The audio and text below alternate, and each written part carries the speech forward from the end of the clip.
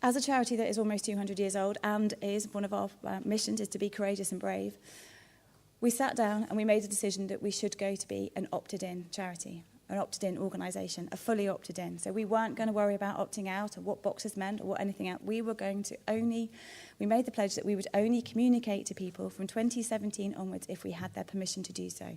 So if they'd opted in to us fully and clearly, that they had opted into us to communicate to them. This is quite a big deal for us, but that's a decision that we made.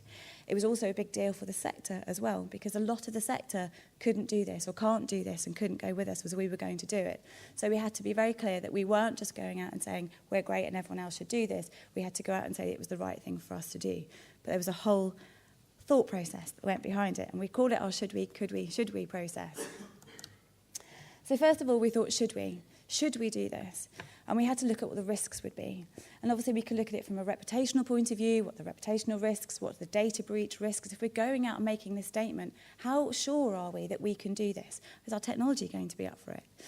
One of our biggest risks was our amazing volunteers. If anyone had been to a lifeboat station and been at sort of round one, they'll know that the people who are part of it are incredibly passionate about the organisation. And so I remember sitting in a meeting with some of the community volunteer managers and said, well, I'm worried that what happens if they have this data, or if they normally send out their magazine or their newsletter, or they invite their friend to something. What if they carry on doing that when we haven't got their permission? They'll stop doing it and we won't get the money in. And they said they won't stop doing it. This is the problem. They'll just carry on doing it. So they'll go renegade. They'll do what they want to do anyway. And so we'll have all this, we won't be able to control it. It's like controlling geese. We won't be able to control it. So we had to think about how we were going to mitigate those risks. Then we had to look about it from an impact point of view. What does it mean to those volunteers that we were going to stop them doing the things that they wanted to do for their organisation? But also, and most importantly for us as a charity, what does it mean from a money point of view? That database earns us an awful lot of money every year. And those legacies that come in, £150 million last year from legacies, there must be some trigger points that happen in that to make people keep on wanting to give money to us and keep us in their will. So if we stop writing to them and we stop telling them what we're doing, how are we going to make sure that money is going to keep on coming in? So we had to go through a lot of different scenarios to find out what the impact would be. And then we had to think about what is right. Is us just going out and saying we're only going to go to those people the right thing to do? We said, should we wait for legislation? Should we just prepare ourselves for it?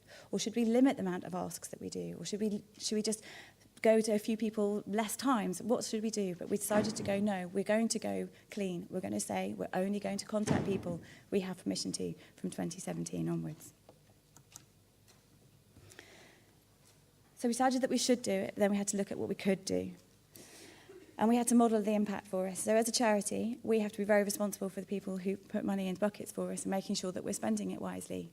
And we worked out that if we went fully opted in, our best case scenario is that we would lose £35 million over the next 5 years, and our worst case scenario would be more like £65 million. That's an awful lot of money. That's an awful lot of boats that we can't build. That's an awful lot of boats that won't be able to, may not be able to go out. We had to make sure that we could keep the service going and take this risk and do this bit of activity. So we modelled it and modelled it and modelled it to try and find out what we could do. And then we went to our trustees early last summer and said, how do you feel? 35 million or 65 million, should we do it? And they still said, yes, we think that you should.